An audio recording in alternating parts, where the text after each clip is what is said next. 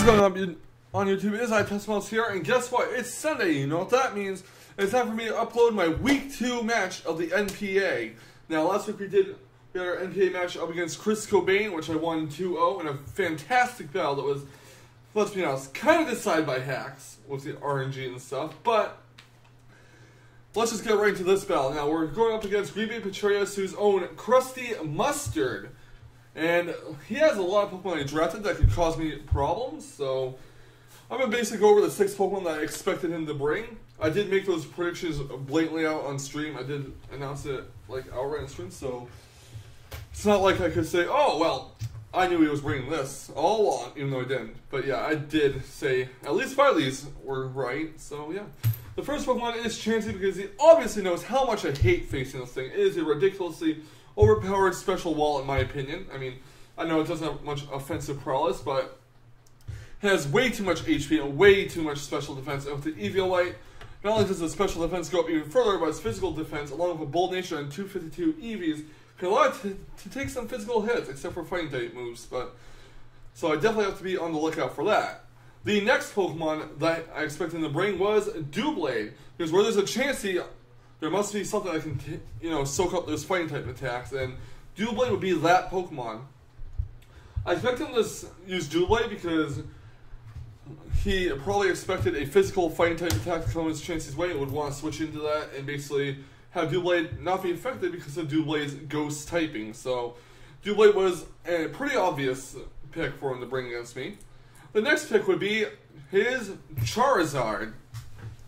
The reason why I expect him to bring Charizard is because it is a great counter to my Skarmory, especially if it's a special attacking variety. Now, this is not his Mega because, as per NPA rules, you're only allowed to draft 1 Mega and you have to roll with that Mega for the season.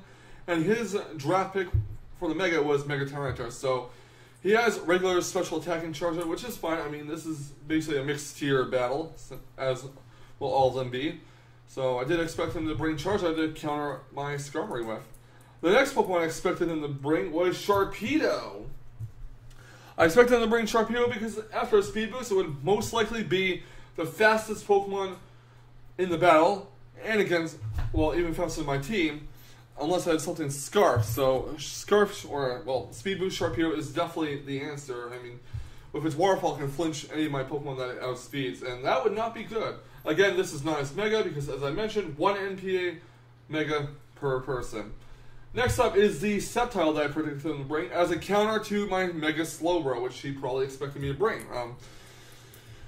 Mega Sceptile can be ran, not Mega Sceptile, excuse me. Regular Sceptile can be ran with the White Herb, I believe it's called, that resets your status drop after the Leaf Storm. So basically, Leaf Storm your opponent, you get a -2 in special attack, however, the White Herb restores it, and you use up the White Herb so its Unburden kicks in, doubling its speed, which makes it faster than anything I have in battle. The next Pokemon, and the final Pokemon I expected him to bring was his Mega Tyranitar, obviously because it is a powerhouse.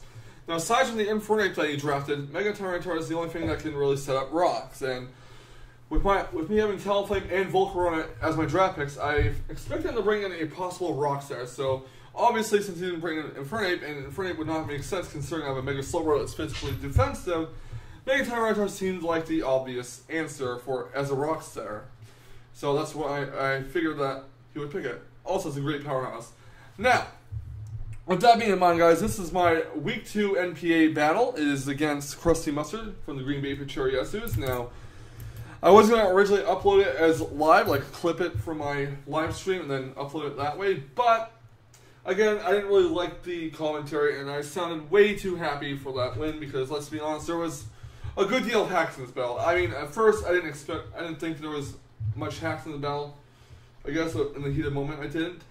But I did review the battle again, and I do have to say, there was a great big deal of hacks in this battle against CrustyMustard. There was little to no hacks against me. So, with that being in mind, guys, let's get right to it. This is against CrustyMustard in the Week 2 of the NPA. Right, so my opponent's going to lead off with Charizard. I'm going to lead off with my Raichus. I'm going to go right for the Volt Switch immediately off the bat, hoping I do outspeed when he's not Scarf. He does hard switch out, though, into Chansey, which is going to obviously eat up this Volt Switch, seeing as how, well, it is a specially defensive wall, a largely specially defensive wall. So I'm going to switch on to Fight Buggy the Heracross. And I'm actually going to go for a knockout, predicting the Doublade switch, which seems to be the logical choice here, considering he probably figured a fighting type attack was going to come his way. And I do knock out the Doublade's Eviolite, and that's very important considering how bulky Doublade can be with the Eviolite, especially on the physical side. I'm going to go into 7th third of the Skarmory, and as he goes to a Shadow Sneak just to get some Rocky Helmet damage off on the Doublade.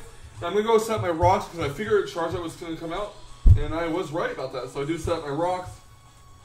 And clearly I'm not going to keep my Skarmory out. I'm not going to keep it out against the Charizard at all. So I'm going to switch into Unintelligent, the Porygon 2. And he goes for the Air Slash here of Charizard, and it misses, which is very unfortunate for him.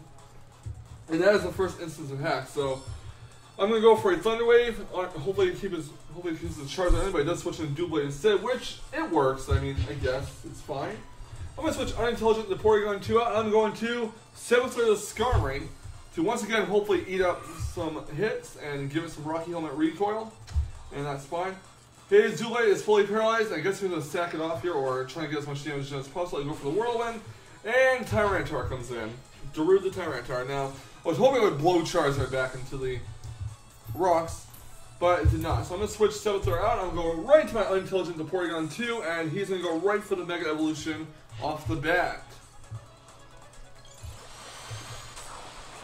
He does go for a Rock Slide, hoping to do massive damage with Skarmory or whatever comes in, and that would be Porygon 2, and he does score a crit, and that crit does not matter, unfortunately, for him. So he's going to set up the rocks now. I'm going to go for a Thunder Wave to paralyze his Tyranitar. Now, I know some people have said that I use Thunder Wave a lot because I would like to rely on RNG, but let's be honest with you.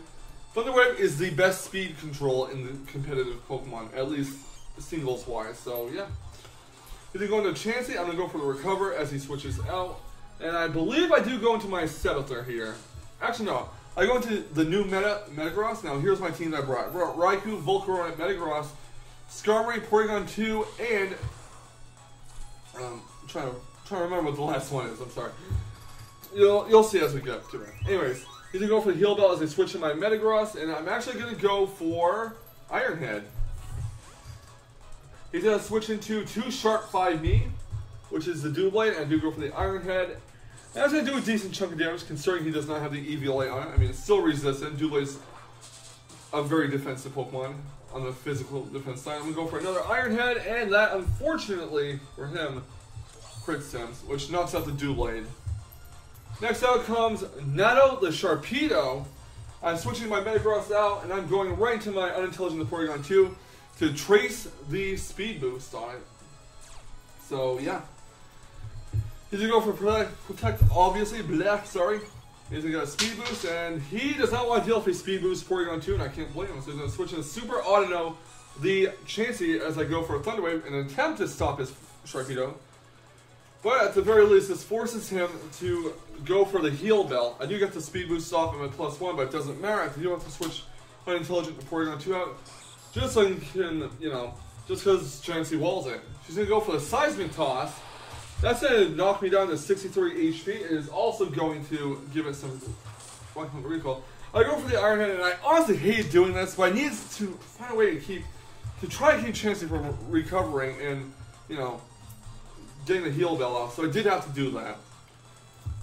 Anyways, I do go for the Defog this time after Chansey's knocked down to 23 HP, because worst case scenario, he has to choose between Heal Bell or Soft Boil, and I can get a free Defog off. Now, I'm going to go for the Stealth Rocks while he sets up his Focus Energy. I was not planning to do that. I was actually planning to just let Skarmory die, but he did set up his Focus Energy for his Pinch-Rock.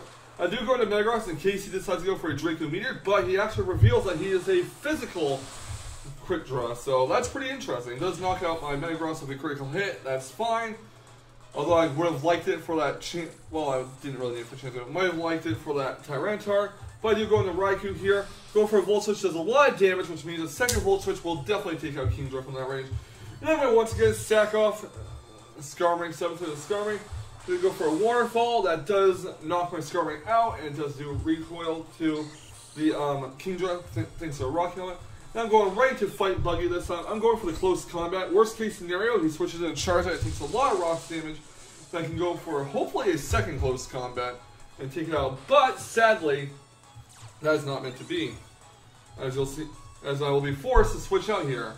I did some calcs on stream, and I calced to see if a +1 close combat will take out Charizard from that range, but it didn't look too promising, so I did not want to take a chance of it.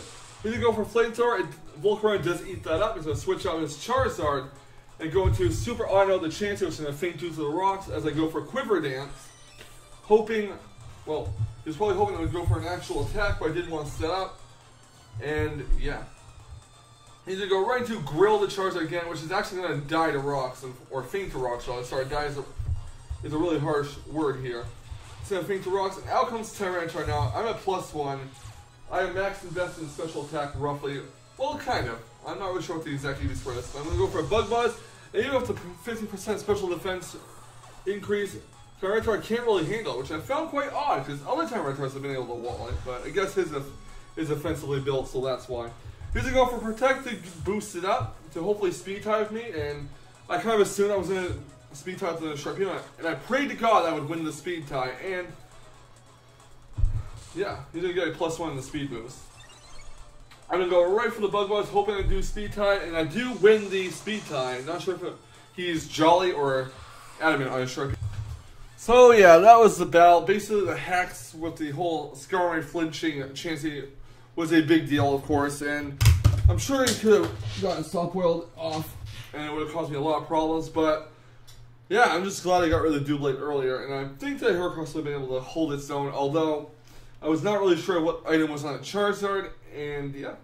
I also didn't want to take a chance of having my Heracross faint to Charizard, in case the +1 close combat didn't take it out that range. I mean, it is resisted after all, and my Heracross isn't Adamant, and it's Jolly, so the calcs did say it would be a 2-hit KO at the range Charizard is in.